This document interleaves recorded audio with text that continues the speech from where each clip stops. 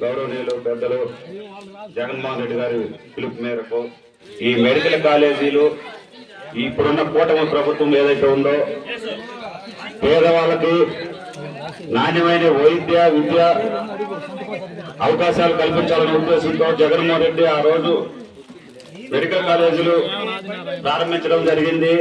యుద్ధ ప్రాతిపదికన 17 మెడికల్ కాలేజీలు శంకుస్థాపన చేసి నిర్మాణం ఉండే క్రమంలో ఒక 4, 5 అయిపోయినాయి. అప్పటికే ఐదు కంప్లీట్ గా పూర్తి చేయడం జరిగింది.